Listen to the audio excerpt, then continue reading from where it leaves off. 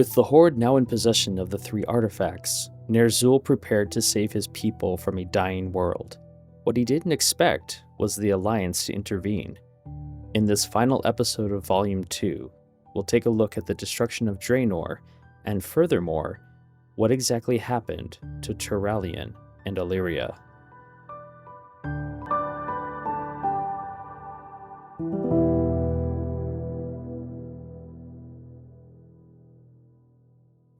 If this is your first time visiting the channel, welcome. My name is Quaylen, and I'm in the middle of abridging the World of Warcraft Chronicle series.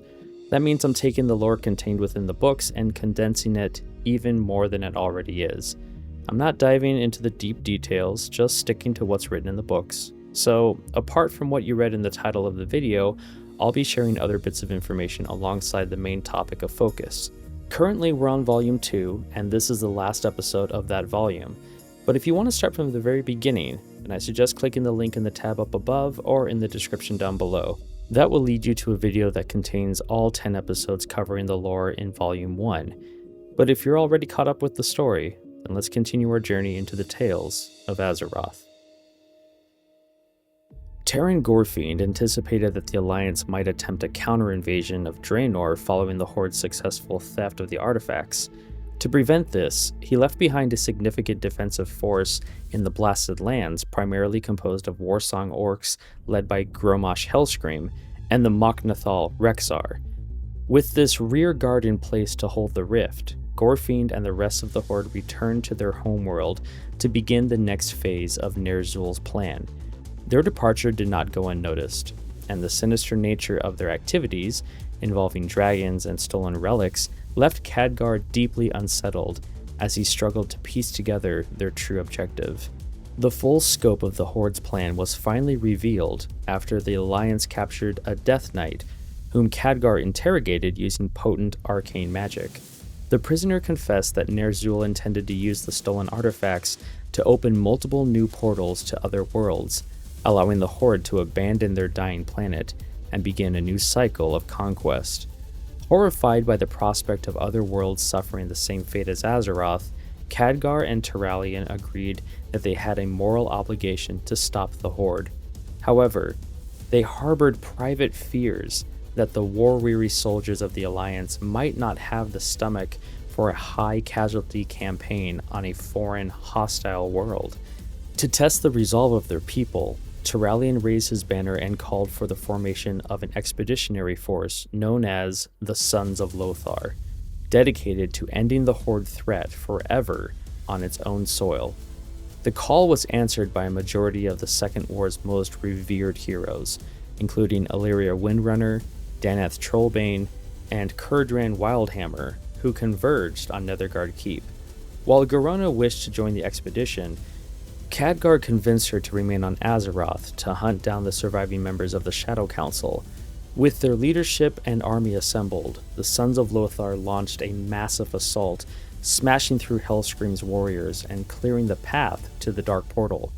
Upon stepping through the rift, the Alliance soldiers were met with the shocking, desolate reality of Draenor. The once lush Tanaan jungle had been transformed into the Hellfire Peninsula, a scorched red wasteland that served as a grim testament to the Horde's destructive influence.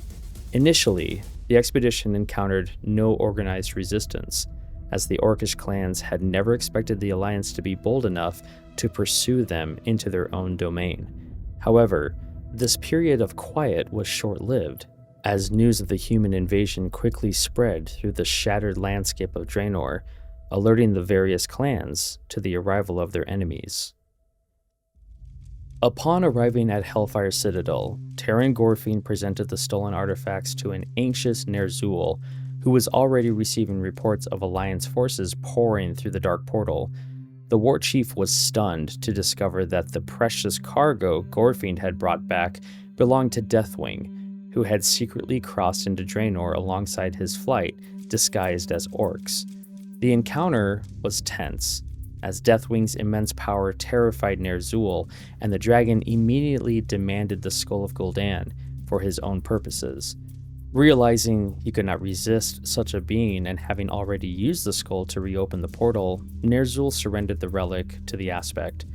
In a show of friendship, Deathwing left a detachment of black dragons to help the orcs defend the citadel before departing for Gorgrond to hide and empower his clutch of eggs using the skull's lingering energies. With the artifacts secured, but the dark portal now under Alliance control, Ner'zhul was forced to find an alternative location to conduct the ritual for opening new gateways. He identified the Black Temple as the only other site situated on a convergence of ley lines powerful enough to support his plan, and ordered the majority of the Horde to begin the march toward that location. To buy himself the necessary time, the war chief tasked Bladefist and the Shattered Hand clan with staying behind at Hellfire Citadel to serve as a sacrificial barrier against the advancing human army.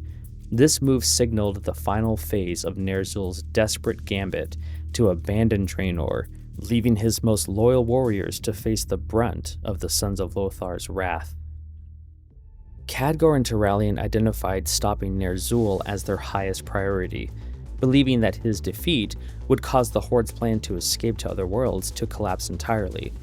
Under the assumption that the war chief was still within Hellfire Citadel, the Sons of Lothar launched a massive, coordinated offensive against the stronghold.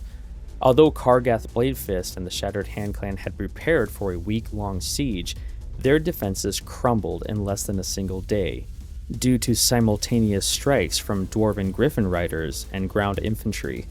Even with the assistance of Deathwing's Black Dragons, the orcs were unable to withstand the added magical might of Khadgar and his magi, forcing Kargath to abandon his post and flee into the surrounding wastes. Despite their victory at the Citadel, the Alliance leaders found no time to celebrate, as the presence of Black Dragons and the discovery of Ner'zhul's departure signaled a more complex threat. Khadgar realized that while Ner'zhul had moved southwest with the primary artifacts, the Skull of Gul'dan, which the Archmage required to permanently seal Draenor's side of the Dark Portal, was radiating from a separate location to the north. To address both objectives, Turalyon made the strategic decision to split the Sons of Lothar into two groups. Khadgar, Turalyon, and Alleria Windrunner led a detachment north to reclaim the skull, while Danath Trollbane and Kurdran Wildhammer pursued Ner'zhul to the south, setting the stage for a chaotic series of battles that would soon overwhelm both factions. Before we continue, I'd like to mention that if you're enjoying this content, make sure to like this video and subscribe to the channel. Also, if you feel inclined to support the work that I'm doing, you can check out my membership options here on YouTube or on Patreon. I'm really grateful for all of those who have supported this massive project that I've been working on for quite some time now, and I do offer early access to all those people who have signed up. So if you're interested, check out the links down below, and let's get back to the story. Ner'zhul and the Horde were dismayed by the rapid fall of Hellfire Citadel, yet they initially believed their superior knowledge of the terrain would allow them to outpace the Alliance. This confidence proved short-lived when Kurdran Wildhammer and his Griffin Riders discovered the War Chief's army at the edge of the Bone Wastes, west of Shadowmoon Valley. The dwarves launched a relentless aerial bombardment that threatened to annihilate the orcs in the open, forcing Ner'zhul to seek a more covered route. Terran Gorfiend suggested a dangerous path through the ruins of Auchindoun, a Draenei tomb city filled with intact crypts and tunnels that led directly toward Shadowmoon Valley. Despite the haunted and twisted nature of the holy site, Ner'zhul felt he had no other alternative but to lead his forces into its dark corridors to elude his pursuers. During the retreat into the tomb, the Griffin Riders launched a daring assault that resulted in a significant blow to the Alliance. Kurdran Wildhammer was knocked from his mount and captured by the Horde. He was quickly dragged into the depths of Auchindoun, where Kilrogg Deadeye subjected him to unspeakable torture in an attempt to extract information about the Alliance's military strength. Despite the agony, the stoic dwarf refused to speak, buying time for Danath Trollbane's ground forces to arrive at the site. The situation was grim for the rescuers, as the tight quarters of the tomb negated the Alliance's numerical advantage and allowed the orcs to utilize their knowledge of the terrain to set deadly ambushes. The Alliance's rescue efforts received a boost from an unexpected ally named Grizzik, an outcast Arakoa who had been shadowing the Sons of Lothar as they pursued the Horde south. Grizzik harbored a deep-seated hatred for the Horde, specifically Kargath Bladefist's clan, which had destroyed the Arakoan capital of Skyreach and cast the survivors into the cursed Seethic Hollow. Having been warped by shadowy energies into an outcast, Grizzik sought vengeance and offered to guide Danath's soldiers through the labyrinthine city. With the Arakoa's expert guidance, the Alliance troops were able to navigate the tomb safely, bypass Horde ambushes, and eventually locate and liberate a battered but living Kurdran Wildhammer from his captors. As the Alliance secured Kurdran, they discovered that Ner'zhul and the bulk of the Horde had already vanished, leaving only Kilrogg Deadeye and the Bleeding Hollow clan behind. Kilrogg had purposely volunteered for this mission, not out of mere loyalty, but because of a vision he had received years prior during a ritual that foretold the exact circumstances of his death. He recognized that Auchindoun was his final battlefield and intended to sell his life dearly to ensure the warchief's escape. The Bleeding Hollow warriors threw themselves into a frenzied final stand against the Sons of Lothar, turning the sacred halls of the Tomb City into a site of chaotic and bloody slaughter. The conflict culminated in a brutal duel between Danath Trollbane and Kilrogg Deadeye that echoed through the stone corridors. After a fierce exchange of blows, Danath managed to strike a lethal wound, plunging his blade through the Orc chieftain's throat and ending his life. With Kilrogg dead, the remaining Bleeding Hollow orcs either surrendered or fled into the wastes, effectively ending the clan's presence as a cohesive fighting force. Though the Alliance had won the day and rescued their comrade, Kilrogg's grim sacrifice had achieved its primary goal. The delay provided Ner'zhul with the critical window he needed to safely reach the Black Temple and begin his final ritual.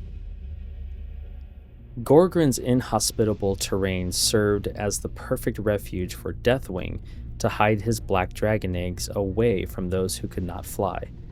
While the land appeared barren, it was fiercely defended by the territorial Grond, led by their mightiest giant, Gruul. Usually solitary, the calamities of Draenor had forced the Grond to unite for survival, and they met the draconic intruders with surprising ferocity. Deathwing, however, arrogantly dismissed the Grond as mere pests, focusing entirely on caching his unhatched children while his dragonflight engaged the native giants in a brutal war of attrition.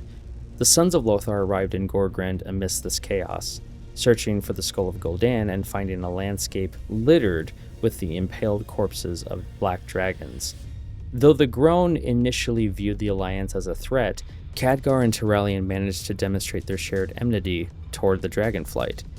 They struck a strategic bargain with Gruul. The Alliance would help defeat Deathwing in exchange for safe passage through the region.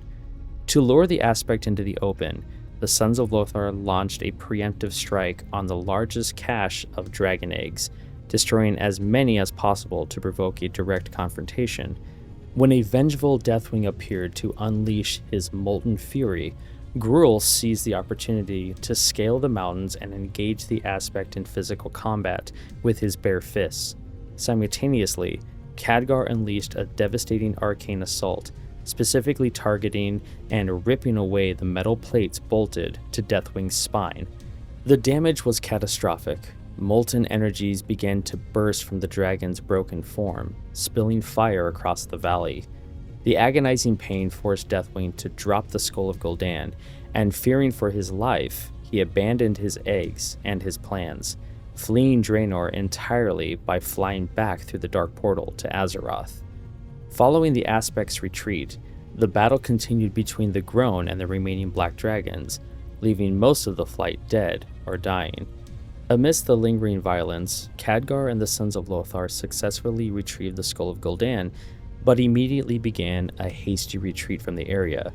They feared that without the dragons to focus on, the territorial Gruul and his followers would quickly turn their aggression toward the Alliance soldiers. This narrow escape allowed the expedition to secure the relic they needed, while leaving the giants to finish their bloody work against the stragglers of the Black Dragonflight. In the aftermath of the conflict, Gruul reasserted his absolute dominion over Gorgrond. his legend cemented by his defiance of the aspect. His followers granted him a new title, the Dragonkiller, in honor of the day he nearly brought the Master of the Black Flight to his end. While the Alliance had what they came for, the victory came at the cost of earning Deathwing's eternal hatred, particularly toward Khadgar. With the Skull of Gul'dan finally in their possession, Sons of Lothar could now turn their full attention toward Shadowmoon Valley and the ritual being prepared at the Black Temple. After recovering the Skull of Gul'dan, Turalyon used Khadgar's portals to swiftly transport the Sons of Lothar to Shadowmoon Valley, where the two halves of the Alliance army reunited outside the Black Temple. They arrived to find the remnants of the Orcish army heavily entrenched, prepared to sacrifice themselves to buy Ner'zhul the time he needed to complete his ritual. Sensing volatile magical energies lashing out from the temple's heights, Khadgar realized that a traditional siege was impossible. The Alliance was forced into a desperate, direct assault against the defenders in a race to reach the war chief before he could tear open the fabric of reality. Atop the city's highest tower, a reckless and desperate Ner'zhul utilized the Eye of Dalaran, the Book of Medivh, and the Scepter of Sargeras to tap into the powerful ley line nexus beneath the temple. Lacking the necessary skill to control such immense power, his spellwork spiraled into a catastrophic chain reaction that blasted far more holes in reality than he had intended, destabilizing Draenor's very foundations. As Khadgar and his magi fought their way to the summit, they managed to reclaim the Eye and the Book, but Ner'zhul and his inner circle escaped through a rift with the Scepter of Sargeras. In his selfish flight, the war chief left his world to be torn apart by the uncontrollable fissures erupting across its land and seas. Khadgar successfully recovered most of the stolen artifacts, but he quickly realized that the unstable rifts opened by Ner'zhul were already tearing Draenor apart. The resulting destructive energies threatened to blast through the Dark Portal and devastate Azeroth as well. After a grim consultation with Turalyon, the leaders of the Sons of Lothar reached a harrowing conclusion. To protect their homeworld, they would have to destroy the Dark Portal from the Draenor side, effectively trapping themselves on a dying planet. Despite knowing this was a mission they would not return from, the legendary heroes including Khadgar, Turalyon, Alleria, Kurdran, and Danath did not hesitate. Because the chaotic magical energies hampered Khadgar's ability to teleport, the group was forced to fly griffins across the collapsing landscape to reach Hellfire Peninsula for their final stand. Upon arriving at the Dark Portal, the Alliance expedition found a scene of total desperation as the remnants of the Horde scrambled to flee the impending oblivion. A violent crash erupted outside the gateway as the terrified orcs fought to keep their only exit open, while Turalyon and his soldiers formed a protective circle around the Magi to fend off the assault. Working under immense pressure, Khadgar and his fellow sorcerers channeled the raw, volatile power contained within the Skull of Gul'dan to sever the link between the two worlds. Their spellwork triggered a massive explosion that successfully shattered the Dark Portal's stone frame and neutralized the threat to Azeroth. But the victory offered no safety for the heroes as the world continued to break apart beneath their feet. The magical upheaval unleashed by Ner'zhul's recklessness reached its catastrophic peak as violent earthquakes shattered the continents and the very fabric of the planet began to dissolve. With the Dark Portal gone and Draenor literally falling apart, Khadgar and the remaining Sons of Lothar made a desperate leap into a nearby open rift, uncertain of their destination or their survival.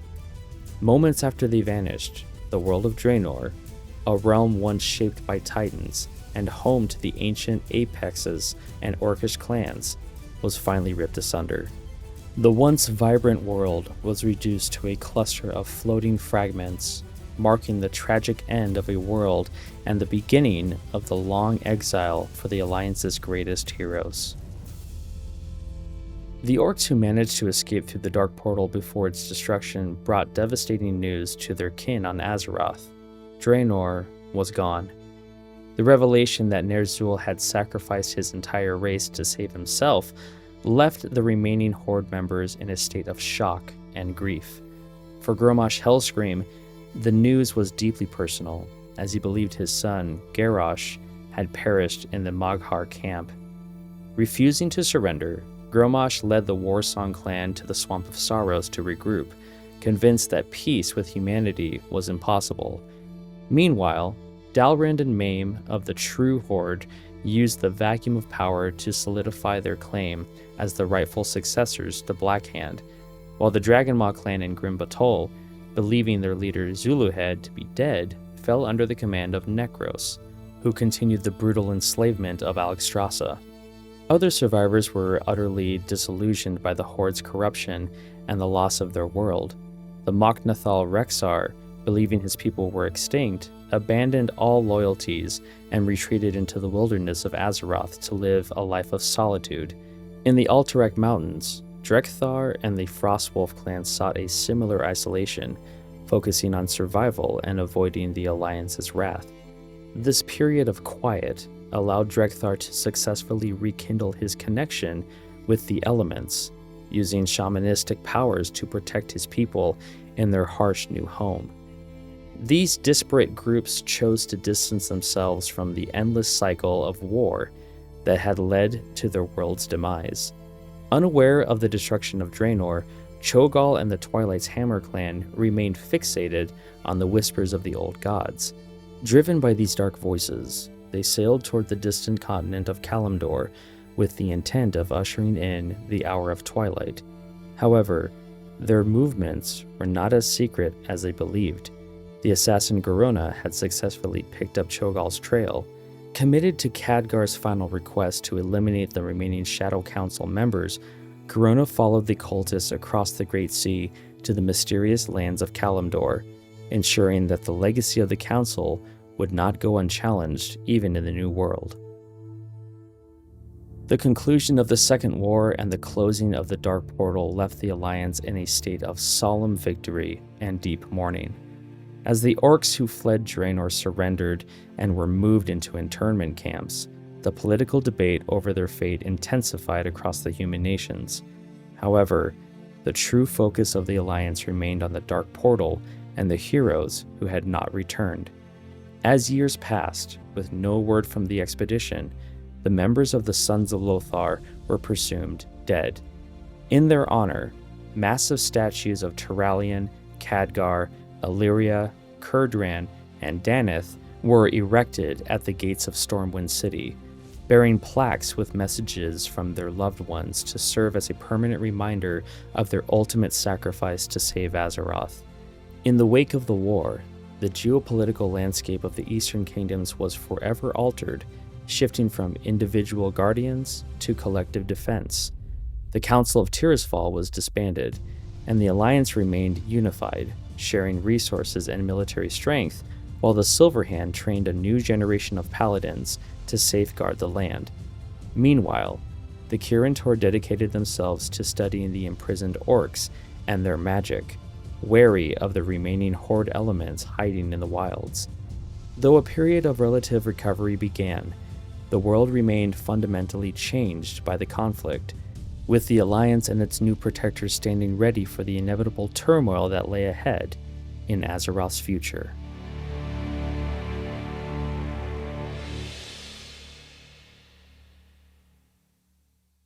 Thank you so much for watching this video. If you like this kind of content, make sure to like and subscribe. And if you'd like to support the work that I'm doing, please check out my YouTube, Patreon, or Twitch memberships. And a big shout out to all the names on the screen here. You mean so much to me. Thank you so much for your help. And with that, I'll see you guys next time on the Tales of Azeroth.